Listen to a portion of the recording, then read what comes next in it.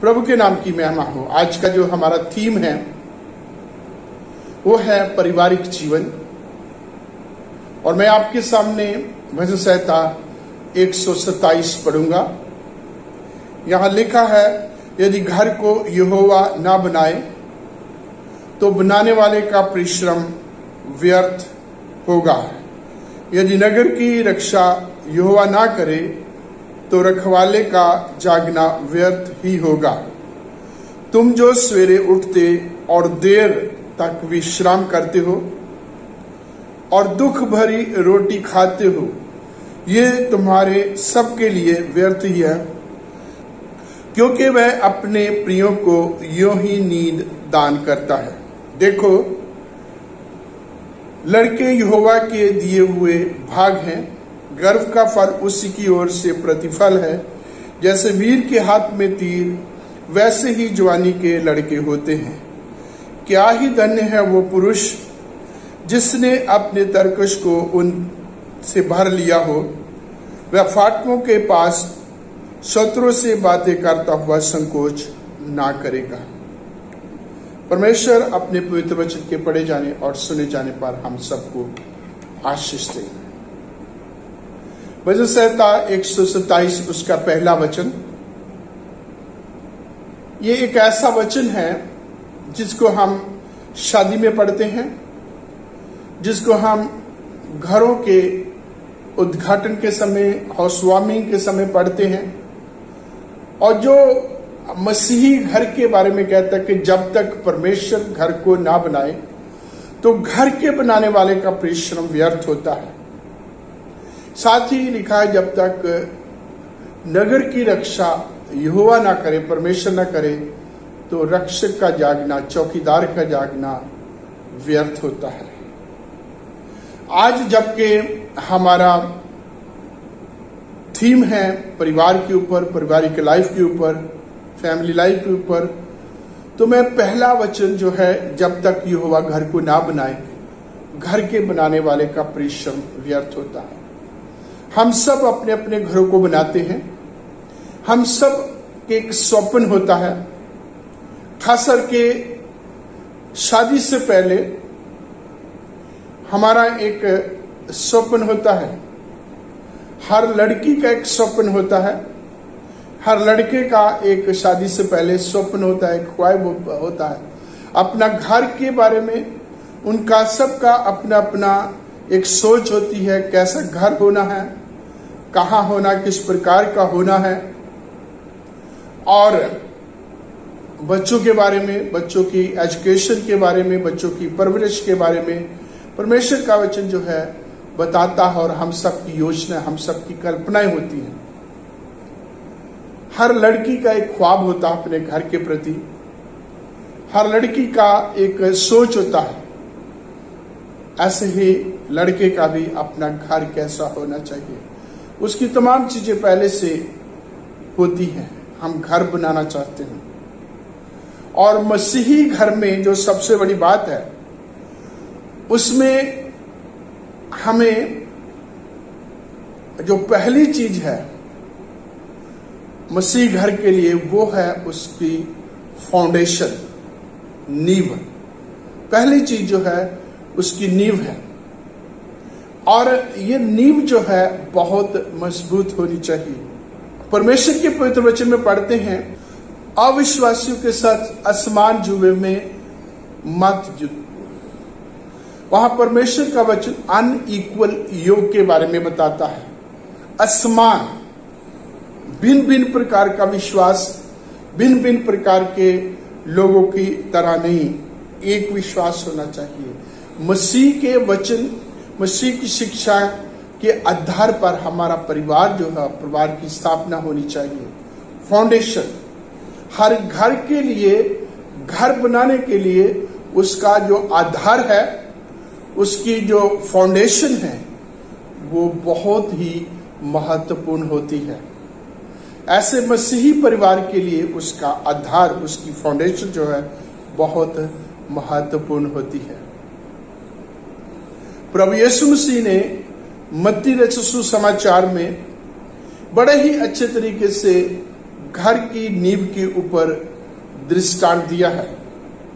प्रभु यीशु मसीह ने दृष्टांत दिया कि जो मेरे वचनों को सुन के उनके अनुसार चलता है वो उस बुद्धिमान व्यक्ति की तरह है जिसने अपना घर चट्टान के ऊपर बनाया, और आंधी आई, बाढ़ उठा, मेघ बरसा, उस घर को तूफान ने, आंधी ने टक्कर मारी और वो घर स्थिर रहा। और मूर्ख व्यक्ति के बारे में लिखा कि उसने अपना घर बालू के ऊपर बनाया, रेत के ऊपर बनाया, और आंधी उठी, तूफान उठा, बारिश आई, पानी आया, उसको टक्कर मारेगी और वो घर टूट के नाश हो गया। आधार जो है, नींव जो है, फाउंडेशन बहुत ही महत्वपूर्ण है किसी भी जगह पर, किसी भी काम के लिए, रिश्तों के लिए, परिवार में, पेड़ पौधों के लिए, किसी के लिए भी। जितनी जड़ मजबूत है, जितनी जड़ जमीन के बीच में है, नीचे है, जितनी वो मजबूती से है उतनी वो जो है स्ट्रांग है, उतना ज्यादा ताकत है उसमें, उतनी ज्यादा मजबूती है उसमें। कुछ सालों पहले INA के पास दिल्ली हाट है और उसको देखने के लिए हम गए, और जिधर पार्किंग है उस साइड में हमने एक पेड़ को देखा जो उससे पहले वाली 1-2 दिन पहले आंधी तूफान आया और पेड़ गिरा हुआ था। और जो पेड़ था काफी विशाल था, काफी जो है भारी था, काफी ऊंचा था, लेकिन जो उसकी जड़ें थी वो 1-2 फुट की थी। बहुत लंबा पेड़, बहुत ऊंचा पेड़, बहुत मोटा तने वाला पेड़, लेकिन उसकी जड़ें केवल 1-2 फुट की। और जैसे ही आंधी आई वो पेड़ गिरा, बाकी पेड़ आसपास जो है वैसे के वैसे बने रहे। किसी की टहनी टूटी, किसी के पत्ते टूटे, लेकिन ये पेड़ जड़ से उखड़ के वहां पड़ा हुआ था। तो हम आपस में बात कर रहे थे कि जो है जड़ बहुत मजबूत होना जरूरी है, कि वो मजबूत हो, जो गहरी हो। इसी प्रकार से हमारे परिवारों को मसीह घर के लिए मसीह की शिक्षा, मसीह के वचन की चेतावनी, मसीह के वचन का उपदेश बहुत जरूरी है। पौलुस रसूल ने मां बाप से अपील की है। इफिसियों की पत्री उसके 6 अध्याय के 4 वचन में, हे बच्चों वालों, अपने बच्चों को रिश्त न दिलाओ, परंतु प्रभु के वचनों की शिक्षा और चेतावनी देकर के उनका पालन पोषण करो। वहां बच्चों के लिए कहा गया कि अपने बच्चों को रिश्त न दिलाओ, बल्कि प्रभु के वचन की शिक्षा, प्रभु के वचन की चेतावनी देते हुए उनका पालन पोषण करो। और ऐसे बच्चों से कहा गया, हे बालकों, अपने अपने माता पिता की आज्ञा का पालन करो, क्योंकि ये उचित है कि तुम अपने माता और पिता की आज्ञा का पालन करो।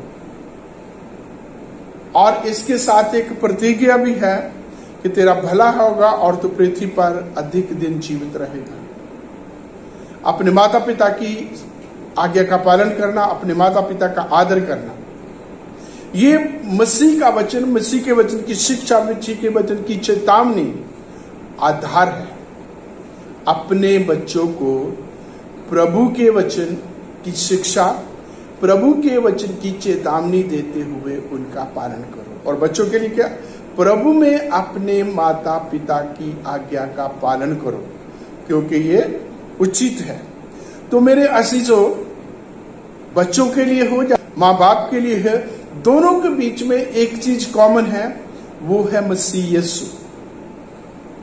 मसीह की शिक्षा की, मसीह के वचन की शिक्षा और चेतावनी देनी है माँ बाप ने बच्चों को, और बच्चों को मसीह के वचन के अनुसार अपने अपने माता पिता की आज्ञा का पालन करना, अपने माता पिता का आदर करना। और ये जो है, ये आधार दोनों के लिए बहुत जरूरी है। पौलुस रसूल ने कुरिन्थियों की पत्री में भी इस जो है आधार की, इस जड़ की, इस फाउंडेशन की बात की है। और वहां क्या है, ध्यान रखो किस प्रकार का रद्दा रखते हो। एक करके जो रखते हो, वो किस चीज का है? सोने चांदी का, धातु और जो पत्थर का, और जो है घास फूस का, मिट्टी गारे का। और वचन में लिखा है कि हर केस का एक का जो है रद्दा आधार जो है परखा जाएगा, और वो फिर जो है उसका अपने आप परिणाम भी मिल जाएगा। तो पारिवारिक जीवन में घर के लिए बहुत जरूरी है। सबसे पहली चीज जो बनती है वो होती है फाउंडेशन, आधार।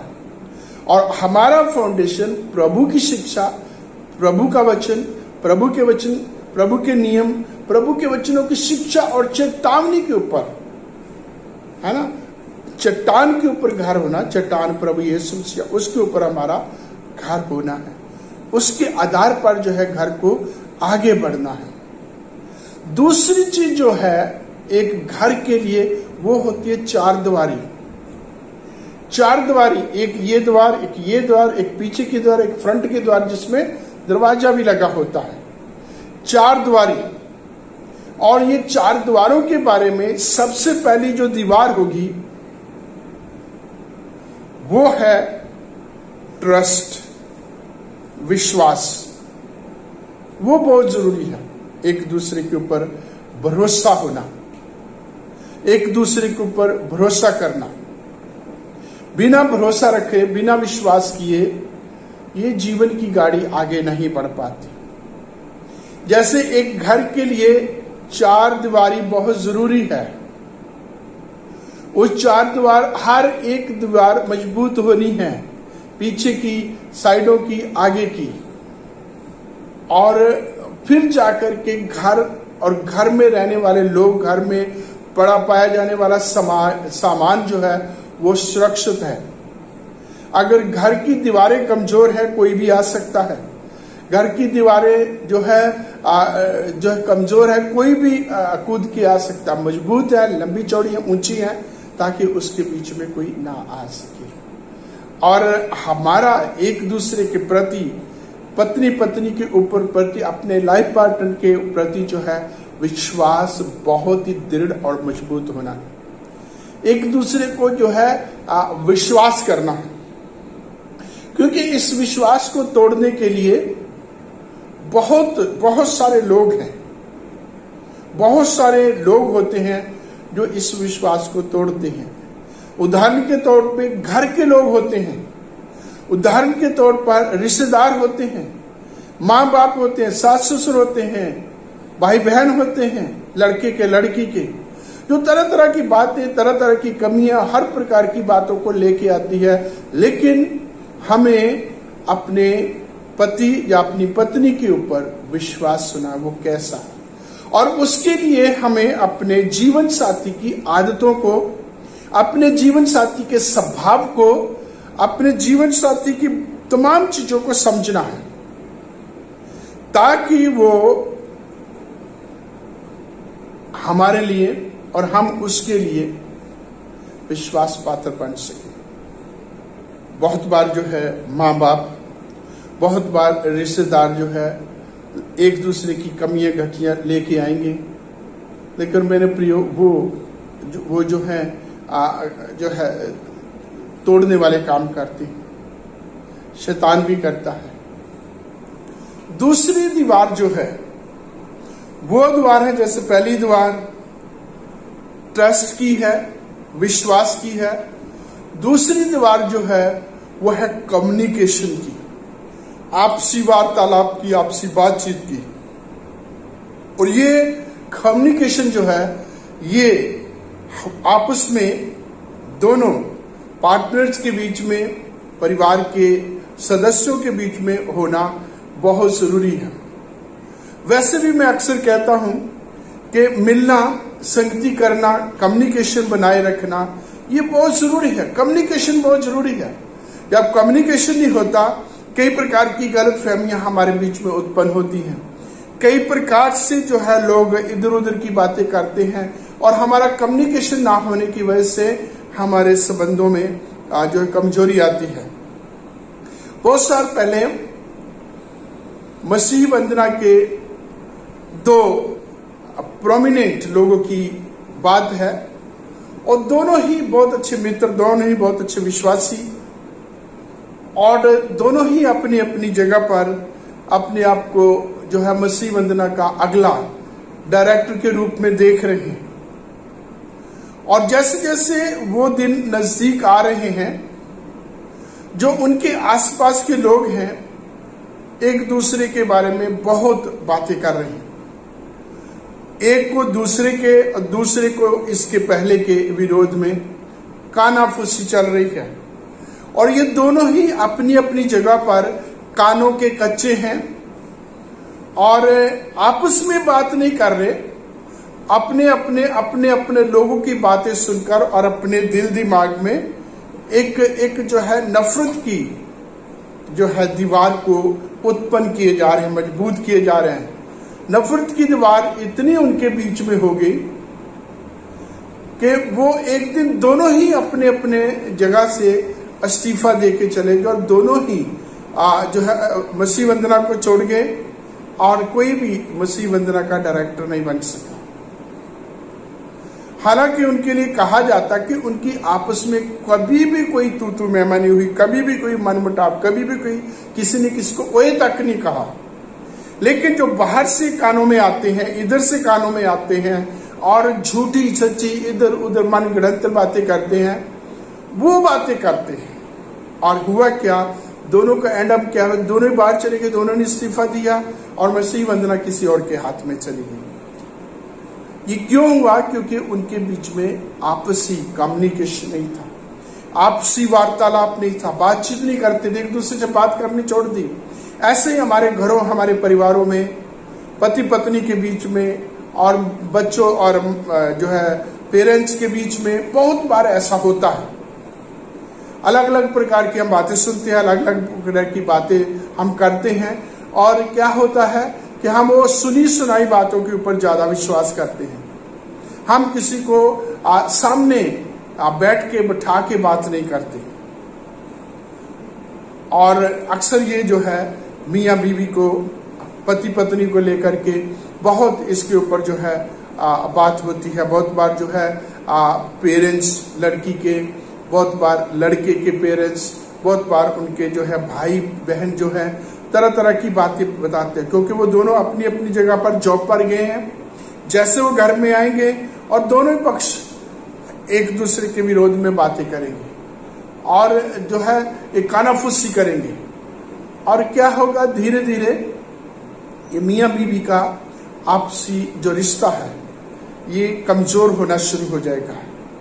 इनके बीच में मनमुटाव होना शुरू हो जाएगा, इनके बीच में गलत फहमियां शुरू हो जाएंगी, इनके बीच में जो है आपसी जो है तू मैं होना शुरू हो जाएगी।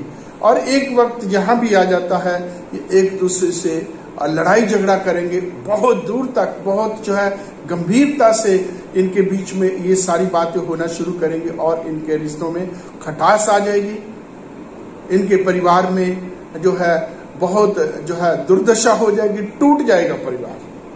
तो मसीही परिवार को बनाए रखने के लिए, जैसे एक घर को बनाए रखने के लिए 4 दीवारों की मजबूती की जरूरत है। उन पहली दीवार में हमने देखा वो है विश्वास, ट्रस्ट। दूसरी दीवार हम देख रहे हैं, बात कर रहे हैं, वो है आपसी कम्युनिकेशन। ये 80s की बात है। अभी हमारी नई नई शादी हुई थी, तो मेरे पास्टर हैं reverend doctor Robert Dreet, Delhi Bible fellowship के सीनियर पास्टर थे उस समय, और वो कैनेडियन हैं। तो मेरे से अक्सर बातें करते थे, मेरी और मेरी वाइफ के बारे में बात करने के लिए। और ये कहते, जब तुम बाहर से आते एक दूसरे के साथ बैठो, एक दूसरे के साथ बातचीत करो। और मैं नहीं समझ पाता था कि क्या बात करें, क्या बात करनी होती है। तो वो मुझे कहते थे, एक बार आप पास बैठो, किसी टॉपिक को शुरू करो आपस में, या कोई नहीं है तो बाइबल को लेकर के बात करो और बच्चों को लेकर के बात करो, बच्चों के बारे में फ्यूचर प्लानिंग करके बात करो, घर के बारे में, घर के खर्चों को लेकर बात करो। तो अपने आप तुम्हारी जो है जो कम्युनिकेशन या वार्तालाप या बातचीत होना शुरू हो जाएगी। और इस प्रकार से कुछ कुछ बातों में आप अपने जीवन साथी के अंदर की बातों को समझना शुरू करोगे। कुछ आपने जो फैसले लिए हैं, कुछ आपने जो काम किए हैं, उन कामों के ऊपर आपके जीवन साथी के विचार आपको प्रकट होंगे। उनको अच्छे लग रहे हैं, उनको बुरे लग रहे हैं, वो समझौता करके बैठे हुए कैसे बैठे हुए हैं, या उनका दिल वो इससे खुश है, आपके इन कामों से उनको अच्छा लगता है, तो इनसे जो है आपको एक दूसरे के बारे में पता लगेगा। और एक तरफा जो बातें फैसले हुए जा रहे हैं उनसे भी हम बच सकेंगे। तो मेरे प्रियो, ये दूसरी दीवार कम्युनिकेशन की, वार्तालाप की, ये है बहुत जरूरी है। पहली बात हमने देखी है वो है ट्रस्ट। वो जो है एक दूसरे के ऊपर विश्वास। और जब हम शादी सॉलमनाइज करते हैं उस समय अक्सर मैं कहता हूं कि हमें एक दूसरे के ऊपर विश्वास करना है, एक दूसरे के प्रति विश्वास जोग रहना है, भरोसा करना है, विश्वास करना है और विश्वास योग बना रहना है। हमारे बीच में बहुत सारे लोग हैं जो इन तमाम चीजों को लेकर के आते हैं, लेकिन हमें आपस में बातचीत करनी है। जो दूसरी जो है दीवार के तौर पे, कम्युनिकेशन के तौर पर हम देखते हैं। और तीसरी चीज जो है, तीसरी दीवार जो है वो है आपसी खुशी, आनंद। एक दूसरे को खुशी देने का प्रयास करो, एक दूसरे को खुश रखने का प्रयास करो। और उसके लिए हमें एक दूसरे की आदतों को, एक दूसरे के स्वभाव को, एक दूसरे की बातों को, एक दूसरे के स्टाइल को, एक दूसरे की इच्छाओं को जानना है। बंदा चाहता क्या है, बंदा जो मेरे जीवन में आता है उसकी मेरे से उम्मीदें क्या है, ये जानना बहुत जरूरी है।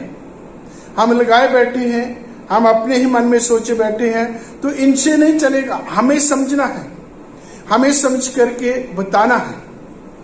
बहुत बार ऐसे होता है कि दो लाइफ पार्टनर के बीच में जब ये बातें नहीं होती, वो एक दूसरे को खुश करने के बजाय एक दूसरे के से खुशी पाने की ज्यादा उम्मीद रखते हैं।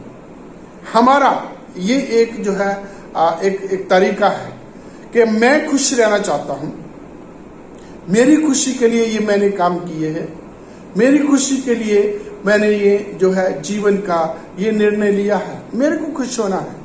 लेकिन हम अक्सर भूल जाते हैं कि हमारे जीवन साथी को भी खुशी चाहिए, आनंद चाहिए। हमारे जीवन साथी की भी भावनाएं हैं, उसके भी कुछ सपन हैं, उसने भी कुछ सोचा है, वो भी कुछ करना चाहती है या चाहता है, और हमें उनका ध्यान रखना बहुत जरूरी है। और जब हम एक दूसरे का ध्यान रखेंगे, एक दूसरे के साथ मिलकर के हम काम करेंगे, मिलकर के फैसले करेंगे, और वो फैसले किए हुए काम जब अंजाम में आज पहुंच जाएंगे तो आनंद मिलता है, खुशी मिलती है। एक जो परिवार के बीच में, मियाँ बीवी के बीच में एक बात होनी बहुत जरूरी है, नॉट मी बट यू। हम अपने आप को नहीं बल्कि अपने जीवन साथी को आगे मुख रखें।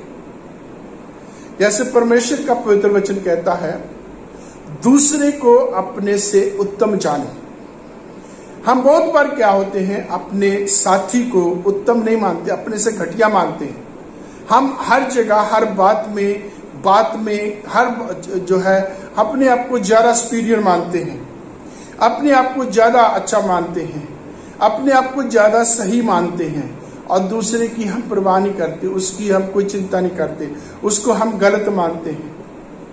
और इससे क्या होता है, जो है शैतान को मौका मिल जाता है, और पति पत्नी के रिश्तों की इस खुशी और आनंद की दीवार को तोड़ने का उससे मौका मिल जाता है। तो खुश रखें, तभी आपको खुशी मिलेगी। वो एक पुरानी कहावत है कि जो आप दूसरों से उम्मीद रखते हैं वो अपने आप से शुरू करो। अपना कमिटमेंट पूरा करो, दूसरे का कमिटमेंट उसके ऊपर छोड़ दो, और परमेश्वर उससे बात करेगा, उसका विवेक जागेगा, वो भी अपने इस कमिटमेंट पर आगे, उसकी अपने जीवन साथी के प्रति जिम्मेवारियां हैं। यहाँ हमारे अधिकार हैं, वहां हमारी जिम्मेवारियां हैं, और हमें अधिकार मांगने से ज्यादा जिम्मेवारियों को पूरा करना है। चौथी दीवार है फ्लेक्सिबिलिटी, खुलापन। जैसे हम जानते हैं कि एक दीवार बैक की होती है जो बहुत मजबूत होती है, साइडों की दीवारें होती हैं, और फिर चौथी दीवार होती है जिसमें जो है खिड़की दरवाजे होते हैं, जिसमें मेन दरवाजा होता है, खुलता भी है बंद भी होता है। जब वक्त आता है वो बंद हो जाता है, जब वक्त होता है वो खुल जाता है, ताकि घर का व्यक्ति बाहर जा सके, बाहर का व्यक्ति अंदर आ जाए। 7 खिड़कियां होती हैं जो वेंटिलेशन को बनाए रखने के लिए, जो अच्छा वातावरण शुद्धता को बनाए रखने के लिए, घर की घमस भड़ास तमाम उस जो है जो पोल्यूशन है उसको बाहर निकालने के लिए बहुत जरूरी होता है। ऐसे ही जो परिवार में पति पत्नी के रिश्तों में भी फ्लेक्सिबिलिटी होनी है, जिसे बोलते गिवन एंड टेकन पॉलिसी होनी है। जैसे हम लड़की की जब शादी होती है, या 2 पार्टनर जब एक जगह पर आते हैं, एक दूसरे को अपना जीवन साथी स्वीकार करते हैं, दोनों ही अलग अलग बैकग्राउंड से आता है। लड़की अपने बाप के घर में किसी राजकुमारी से कम नहीं है, और लड़का भी अपने माँ बाप के घर में वो जो है हुकूमत चलाने वाला होता है। दोनों की अपने अपने परिवारों में, अपने अपने माँ बाप के घर में मानी जाती है, सुनी जाती है। लेकिन जब एक परिवार की स्थापना होती है तो दोनों को एक जगह पर आना है, गिवन एंड टेकन पॉलिसी को अडॉप्ट करना है। कुछ चीजें छोड़नी है, कुछ चीजों को अपनाना है, कुछ अपनी पुरानी बातें उसको छोड़नी है, पुरानी आदतों को छोड़ना है, और अपने जीवन साथी को देखकर, उसके स्वभाव, उसकी बातों को देख करके वो हमने अडॉप्ट करनी है। हमने फ्लेक्सिबल होना है। मेरे माँ बाप के घर में मेरे मम्मी, मेरे पापा, मेरे भाई बहन तमाम मेरी बात को मानते हैं। अब जीवन साथी बराबर का है, बराबर का हिस्सा है, बराबर का जो है वो जो है भाईवाल है। जैसे परमेश्वर का वचन भी कहता है कि हम जीवन की आशीष के जो है बराबर के हिस्सेदार हैं। ऐसे ही हर बात में, हर कदम में, हर सलाह में, हर काम करने में जीवन साथी की बराबर सलाह मशवरा, उसके विचारों की कदर करना बहुत जरूरी है। जब एक तरफा फैसले होंगे तो इस जीवन की जो है दीवार है वो फ्लेक्सिबल ना हो करके रिजिड रहेगी, और वो आगे टूटने का, घर टूटने का जो है जो हो जाता है। फ्लेक्सिबल जैसे दरवाजा है, खुलता भी या बंद भी होता है, वैसे हमें भी बहुत बार जो है हमें अपने स्टैंड पर खड़े रहना है। कई बार हमें अपने आप को स्टैंड को बदलना है, ताकि हमारा घर, हमारा परिवार जो है वो सुरक्षित रहे, वो बना रहे, और हमारी खुशी आनंद उसके द्वारा हो सके।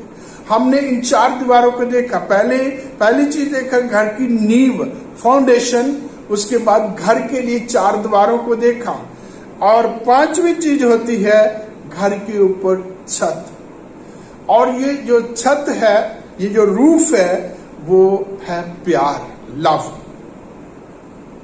पतरस ने कहा है पहले पतरस के 4थे अध्याय में और उसके 8वें वचन में, यहां वो शुरू करता है जो है संसार का वक्त, सब चीजों का अंत शीघ्र होने वाला है, इसलिए संयमी होकर के प्रार्थना में लोलीन रहो।